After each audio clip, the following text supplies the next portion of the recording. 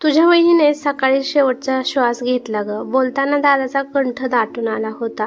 मी एकदम स्तब्ध झाले. कधी ना कधी ही बातमी दादाकडून मला कळणार हे मला माहीतच होतं. वहिनीला गळ्याचा कॅन्सर झाला होता हे दादाकडून कळल्यापासून माझ्या मनात सारखी भीतीची चाहूल होत होती. डॉक्टरांनी सांगितलेलं कधीही वहिनी देवाघरी जाऊ शकते. मी तर दररोज देवाकडे वहिनीला आयुष्य दे म्हणून प्रार्थना करत होती, पण तसं घडलं नाही. वहिनीचं वय 30 वर्षाच्या आसपास होतं. हे वय मरायचं थोडीच असतं. तिने अजून खूप आयुष्य जगायचं होतं. मुले छोटी आहेत म्हणून माझा हुंदका फुटला. माझा मेंदू बधीर झाल्यासारखं झालं. हातापायातली शक्ती कोणी ओढून येत असल्यासारखं मला झालं. पण काही पण करून मला दादाकडे जावेच लागेल. त्याला मला धीर द्यावाच लागेल. त्यामुळे मी बॅग भरली आणि घरच्यांना फोन करून कल्पना देऊन मी निघाले. माझ्या सासरची सगळेच देवदर्शनासाठी खूप लांब गेले होते. माझी तब्येत खराब होती त्यामुळे मी त्यांच्यासोबत गेली नाही. कारण देवाला पण माहीत असेल की माझी आणि वहिनीची शेवटची भेट व्हावी. त्यासाठीच देवाने मला त्यांच्याजवळ बोलावले नाही. मला इथे घरी बसवलं. कपाट उघडताना मला कपाटात वहिनीने दिलेली चंद्रकोर पैठणी साडी मला दिसली. ती चंद्रकोर पैठणी बघताच मला जुने दिवस आठवू लागले. दादाला काही कामानिमित्त मुंबईला जायचं असतं आणि त्यामुळे वहिनी पण दादासोबत जाणार होती.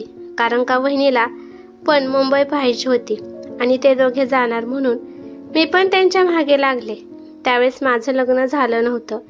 मग दादा आणि वहिनीने मला हसत त्यांच्यासोबत घेऊन गेले. दादाचं काम झाल्यावर एक दिवस आम्ही मस्तपैकी मुंबई फिरलो. मग आम्ही आईसाठी आणि सगळ्यासाठी कपडे घेण्यासाठी एका कपड्याच्या दुकानात गेलो. आईसाठी एक छान साडी आणि माझ्यासाठी 2 ड्रेस घेतले. वहिनीला एक चंद्रकोर पैठणी खूप आवडली होती, पण त्याच्यावर जास्त किंमत असल्यामुळे वहिनी म्हणाली की मी साधी एखादी साडी घेते. पण दादा म्हणाला, असू दे, मला माझ्या पाकिटातून पैसे द्यावे लागणार आहेत, तुझ्याकडचे नाही द्यावे लागणार. असंच हसत खेळत ती चंद्रकोर पैठणी दादाने वहिनीसाठी घेतली. मी तेव्हा अल्लड होते. मग मी विचार केला की वहिनीने तिच्यासाठी किती महागातली साडी घेतली आणि मला फक्त ड्रेस घेतले, म्हणून मी जरा नाराज झाले. मी मग घरी गेल्या गेल्या आईपाशी वहिनीची तक्रार केली की वहिनीने मला तिच्यासारखी साडी घेतली नाही म्हणून. मग काय, मी आगीत तेल ओतल्यासारखं झालं.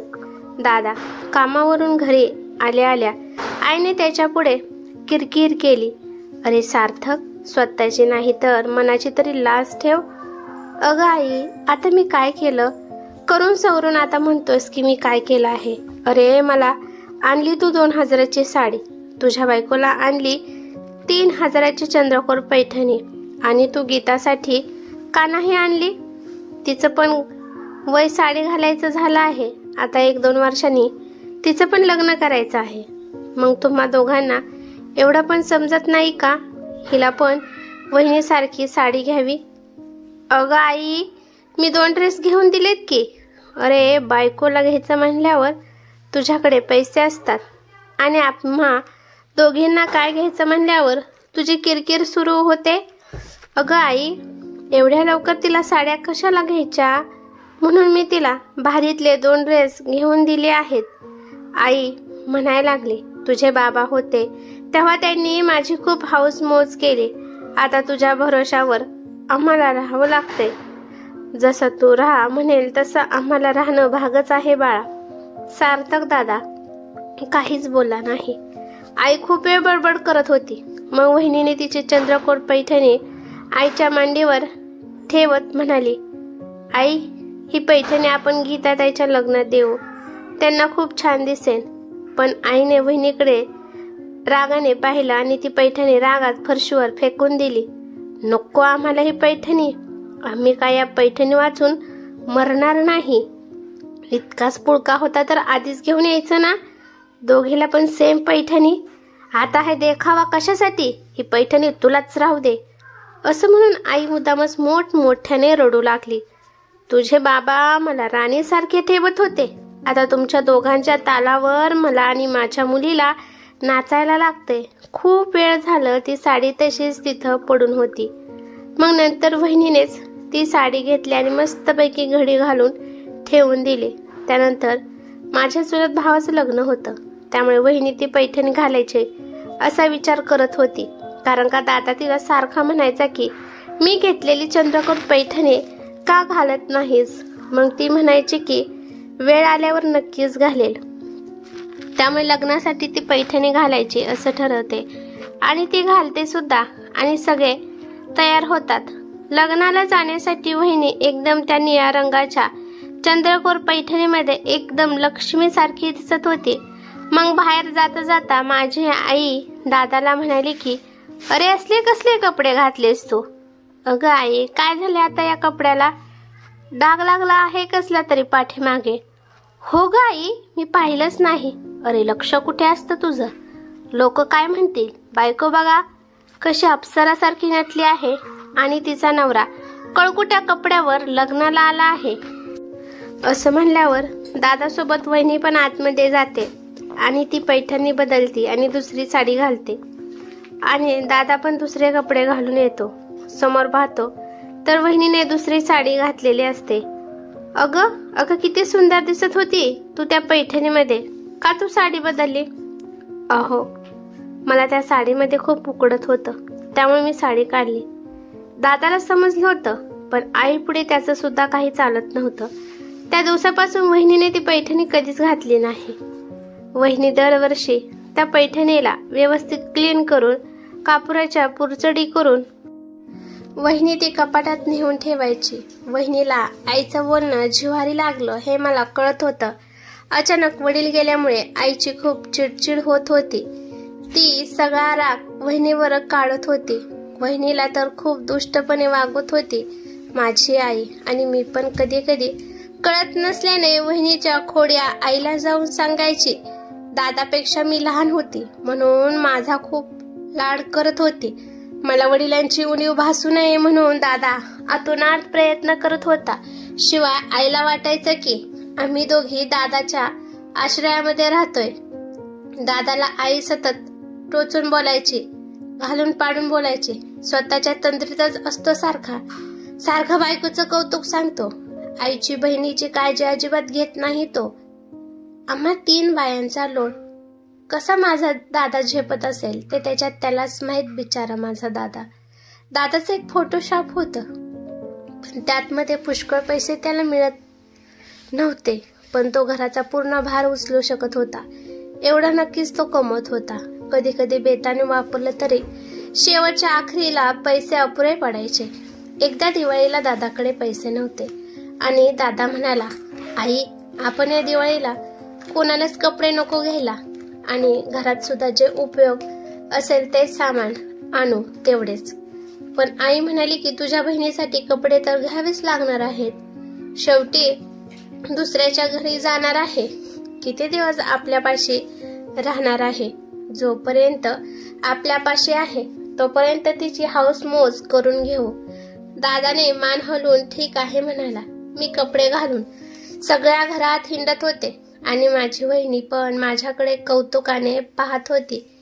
इतर कुणालाच कपडे घेतले नाही आणि नणंदला कपडे घेतले म्हणून वहिनीच्या चेहऱ्यावर कोणतीच नाराजी दिसत नव्हती. ती मनापासून माझं कौतुक करत असायची. आई मात्र वहिनीचा सतत राग करायची. एका महिन्याने वहिनीला दिवस गेले. दिवस गेल्यावर पण वहिनीने खूप कामे केली. आई एका सुद्धा कामाला हात लावत नसायची. बघता बघता वहिनीला 9 महिने पूर्ण झाले आणि वहिनीला एक मुलगा झाला. वहिनी आणि दादा कुठे बाहेर जायचे म्हणल्यावर लगेच आईचा पारा चढायचा. आईला तोंड फुगून बसायची. ते दोघे माघारी आले की आईच्या तोंडाचा पट्टा सुरूच आणि म्हणायची, अरे पोरा, घरात लग्नाला आलेली बहीण आहे, तिचं उरकायचं पाहून कुठेही फिरत बसतो बिनकामाचं आणि पैसे खर्च करत असतो. आधी बहिणीला तिच्या सासरी पाठव, मग कुठे फिरायला जायचे आहे, खुशाल जावा तुम्ही दोघे. कधी वहिनीने दारात आलेल्या मोगऱ्याचा फुलाचा गजरा डोक्यात घातला किंवा नवीन कानातलं किंवा गळ्यातलं तरी घातलं तरी आई किरकिर करायची, अगं महाराणी, सगळा वेळ नटण्यात थटण्यातच लावणार आहे का. या तुझ्या मुलाला बघ, मी कवर पाहू, तुझा तो मुलगा आहे, तुझं तू बघ. असं तिला घालून पाडून आई बोलायची, मुलाला जन्माला घातलंय, मग तुझं लक्ष नको मुलांकडे. वहिनी दादा संग पार्टीला निघाली तर वहिनी नवीन साडी, मॅचिंग ब्लाऊज, बांगड्या, गळ्यातलं मस्तपैकी तयार झाली की आई तोंड वाकडं करून म्हणायची, मुलं झाली तरी नटायची काय हौस हिची कमी होत नाही, नटरंगी कुठली. वहिनीने छान नटावं, छान साडी घालावी आणि त्याच्या संग जावं असं दादाला सारखं वाटायचं. वहिनी नटली की दादाचा चेहरा आनंदाने खुलायचा, तो स्पष्ट दिसत होता. दादाचा तो आनंदाचा चेहरा बहुतेक आईला तोच पाहत नव्हता की काय. कशाची ईर्ष्या होती एवढी तिलाच माहित. आईला वाटत होते की वहिनी दादावर जादू करतीया. वहिनीला दादासोबत जास्त करून आई बाहेर लावत नसायची. सार्थक दादा संध्याकाळी आला म्हणजे काही ना काही वहिनीबद्दल आई त्याला सांगायची. पण सार्थक दादाला माहित होतं की वहिनी कोणत्या स्वभावाची आहे. तो फक्त आईला हा हा करायचा. वहिनीचा गोड स्वभाव याच्यामुळे तो तिच्या प्रेमात पडला होता. ती कुणाला एक शब्द सुद्धा उलट बोलत नव्हती. आई सदैव तिचा अपमान करायची. आई वहिनीच्या माहेरच्या गरिबावरून सारखी तिला घालून पाडून बोलायची, पण वहिनी कधी आईला उलट बोलत नव्हती. फारच वहिनीच्या मनाला लागलं तर खोलीत जाऊन एकटीच रडायची. तिच्या रडण्याचा थोडासा आवाज मला ऐकायला यायचा. वहिनीचा एक लहान भाऊ बारका होता, तो सध्या 10वीत शिकत होता. वहिनीची आठवण आली म्हणून तो एका रविवारी आमच्या घरी आला. भावाला पाहून वहिनीला पण खूप आनंद व्हायचा आणि ती पण आपल्या भावाच्या आवडीचं पदार्थ करत असायचा. हे बघून आईच्या संतापाचा पारा चढायचा आणि वहिनीला टोचून म्हणायची, आज तर एका बाईचा उत्साह उतू चालला आहे. असू द्या, त्याच्या निमित्ताने आम्हाला पण खायला मिळतील 2 पदार्थ वेगळे. पण महाराणी, मला एक सांगा, तुमचा भाव हात हलवीत कसा येतो सारखा तुमच्या घरी? बहिणीकडे येताना मोकळ्या हाताने येऊ नये हे त्याला माहित नाही का? एखादी छोटीशी भेट वस्तू आणावी हे सुद्धा कळत नाही का त्याला? मग बहिणी हळू आवाजात म्हणायची, आई, तो अजून शिकत आहे. तो मोठा झाला की नक्की आणील बघा. लहान आहे म्हणून काय झालं? अगं, दुकानात 1 रुपयापासून वस्तू भेटतात आणि एखादं चॉकलेट किंवा बिस्किट पुडा एवढं सुद्धा आणता येणार नाही. दळभद्री कुठला? दळभद्री हाय म्हणल्यावर त्याला रीतभात काय कळणार? अशा वेळी वहिनीला रडू आवरत नसायचं. पुढे 4-5 वर्षांनी माझं लग्न झालं. सासरची माणसे पण खूप चांगली आणि पैशावाली होती आणि दादाने पण खूप थाटामाटात माझं लग्न लावलं. नवरा पण एका सरकारी नोकरीला होता आणि त्यांना हुंडा मानपान काहीच नको होता आणि त्यामुळे माझं लग्न केलं. माझी पाठवणी करताना वहिनीने तिच्या कपाटातून ती चंद्रकोर पैठणी आणली आणि माझ्या बॅगेत घातली आणि मला म्हणाली, माझी छोटीशी आठवण म्हणून राहू दे. अगं वहिनी, ही तुझी लाडाची चंद्रकोर पैठणी आहे आणि यात तुझ्या भावना दडलेल्या आहेत. माझ्या दादाने किती प्रेमाने तुला खरेदी करून दिली आहे. हे मला नको देऊ आणि मला वाटते की ही पैठणी माझ्यापेक्षा तुझ्यावर खूप छान दिसेल, कारण का तू नवी नवरी आहेस, त्यामुळे तू घ्यावी असं मला वाटतं. आणि जेव्हा पण येशील तुझ्या बहिणीची आठवण काढ. मी वहिनीला मिठी मारली आणि म्हणाली, खरंच वहिनी, तुझी आठवण मला नेहमीच येईल. तुझ्यासारख्या स्त्रिया या जगात खूप कमी आहेत, इतक्या उदार मनाच्या, दुसऱ्याचा विचार करणाऱ्या, कधीही तोंडातून तक्रारीचा सूर न काढणारे. मी तुझ्यासारखं बनण्याचा वहिनी नक्की प्रयत्न करेन. माझं सासरचं घर भरलं गोकुळ होतं. एक धाकटा दीर आणि लग्न झालेली नणंद आणि सासू सासरे. कुठल्याही जोडप्याप्रमाणे आम्हा नवरा बायकोला एकमेकांच्या सहवासात जास्तीत जास्त वेळ घालवावा असे वाटे. संध्याकाळी नवरा घरी आल्यावर आम्ही दोघं बाहेर फिरायचा बेत असायचा. मग आमच्या माग छोटा दीर लागायचा. मी पण येऊ का तुमच्या सोबत असा म्हणायचा. पण सासूबाई म्हणायच्या, नको, तुला अभ्यास आहे, तू अभ्यास करत बस. तेव्हा मला आठवलं, मी नेहमी दादा आणि बहिणीच्या मध्ये लुडबुड करण्यासाठी बाहेर पडायची. मला स्वयंपाकात सासूबाई नेहमी मदत करायच्या, पण माझी आई वहिनीला एका कामात सुद्धा मदत करत नव्हती. लग्न झाल्यावर दादा प्रथमच मला भेटायला आला होता आणि त्याने येताना भरपूर वस्तू आणल्या होत्या आणि सासूबाई खूप कौतुकाने त्या वस्तू सगळ्यांना दाखवत होत्या आणि माझ्यापाशी येऊन म्हणाल्या, अगं गीता, तुझा दादा आला आहे, त्यासाठी जरा पकवानाचं बनव. हा शब्द आठवताच मला वहिनीची आठवण आली. वहिनी तिच्या भावासाठी काय बनवायची म्हणल्यावर आई धुसफूस करायची, पण माझी सासू स्वतःहून मला सांगायची की दादासाठी काहीतरी बनव. माझं मन आनंदाने भरलं आणि माझ्या सासूची आणि माझ्या आईची मी तुलना करू लागली. लग्न जमल्यावर आईने मला सांगितलं होतं की हे बघ गीता, तुझा नवरा तुझ्यापेक्षा देखणा आहे, त्यामुळे सारखं नटून थटून राहायचं, असा विचित्र अवतार करून घरात वावरायचं नाही. ते ऐकून माझ्या मनालाच लागलं, कारण का मुलीने नटलेलं चालतं आणि बहिणीने नटलेलं आईला का चालत नाही. मग मी आईला म्हणायचे की आई, वहिनी नटल्यावर तू तिला कशी वागवतेस? मग ती म्हणायची, गीता, तुझी वेगळी गोष्ट आहे, तिची वेगळी गोष्ट आहे. माझ्या सासरला कोणताही सण आला, कोणता पण कार्यक्रम आला तर माझा हमखास नवीन साडी सासूबाई आणायच्या आणि छानपैकी मला तयार करायच्या आणि कौतुकाने सांगायच्या, बघा बघा माझे सून किती सुंदर आहे. पण माझ्या माहेरी माझ्या लक्ष्मीसारख्या वहिनीला आई सतत धाऱ्यावर धरायची. एक दिवस सुद्धा बिचारी वहिनी सुखाने राहिली नाही. मला वाटतंय दादाच्या आणि वहिनीच्या आयुष्यात विष आईनेच पेरलं. सतत टोमणे, जगायला कंटाळली बिचारी. माझं लग्न झाल्यावर वहिनीला एक मुलगी झाली. ती मुलगी सेम वहिनीसारखी दिसत होती आणि आईच्या अशा बोलण्यामुळेच वहिनीला जगण्याची इच्छा नव्हती वाटतं. त्यामुळे एवढा मोठा कॅन्सर होऊन सुद्धा तिने कोणाला सांगितलं नाही आणि घर कामाचा डोंगर उपसत राहिली. दादाला तिची फाईल सापडली आणि कळालं, पण तोपर्यंत खूप उशीर झाला. मी लगेचच माहेरी निघाली तर वहिनीची प्रेतयात्रेची तयारी चालू होती. मी बरोबर तिची चंद्रकोर पैठणी आणलेली मी वहिनीला घातली आणि तिला आदराने नमस्कार केला आणि आई मला म्हणाली, अगं गीता, हे काय करत आहे? अगं इतकी छान पैठणी आहे, तिला कशाला घातली तू? काही क्षणात त्याची राख रांगोळी होईल. होऊ दे. मी पण तिला रागाने म्हणाले. माझ्या डोळ्यासमोर वहिनीचं नवीन नवरीसारखं दृश्य डोळ्यासमोर दिसत होतं. सुंदर चेहरा, तोंडावर नेहमी हसू, डोळ्यात नव्या संसाराची कवळी स्वप्न.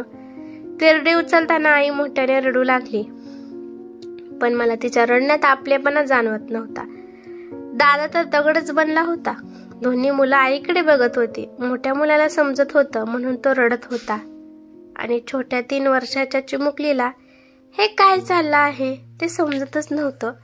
त्यामुळे ती फक्त इकडे तिकडे पाहत होती. मी पटकन तिला उचलून घेतलं आणि दहनविधी उरकून घरी आलो आणि मी दादाला म्हणाले, दादा, हा मुलगा मोठा आहे त्यामुळे तो तुझ्यापाशी राहू दे आणि थोडा मोठा झाला की त्याला हॉस्टेलला घाल. ही आईपाशी अजिबात ठेवू नको. आणि ही तुझी छोटीशी चिमुकली, हिला मी माझ्यासोबत घेऊन जाणार. मी तिला वाढवेल, सांभाळेल, लहानाची मोठी करेल आणि तू जेव्हा म्हणशील तेव्हा तू हिला परत घेऊन जाऊ शकतोस. त्यावर आई म्हणाली, अगं हे काय बोलत आहे तू? कशाला तुला त्रास करून घेते हिला नेऊन? अगं आई, मला कसला त्रास होणार नाहीये या चिमुकलीमुळे. अगं ही उलट इथं राहिली तर तू तिचं जीवन नरक करशील. अगं तुझ्या सासूला काय वाटेल? तुझे सासरचे माणसे काय म्हणतील? काही सुद्धा कोण काही म्हणणार नाही. मला सासरचे माणसं, सासू तर माझी एवढी चांगली आहे की मी घेतलेल्या निर्णयावर ती मला शब्बासकी देईल. त्या मला पाठिंबाच देतात. गीता ठामपणे म्हणाली. मला वाटतंय वहिनीवरून पाहत असेल. मी मनातच म्हणली, वहिनी, तुझी ही लेक मी माझ्यासोबत घेऊन जाणार आहे. तुझा अनमोल ठेवा म्हणूनच मी तिला वाढवेन. ही मला खात्री आहे. ही तुझा संस्कार घेऊन जन्माला आली आहे. तुझं रूप मी तिच्यात पाहते. तू निश्चिंत राहा. तर मित्रांनो, कशी वाटली तुम्हाला ही कथा? मला कमेंट करून नक्की सांगा. कथा आवडली तर लाईक शेअर नक्की करा आणि चॅनेलवरती नवीन असाल तर चॅनेलला सबस्क्राईब करायचं अजिबात विसरू नका. धन्यवाद.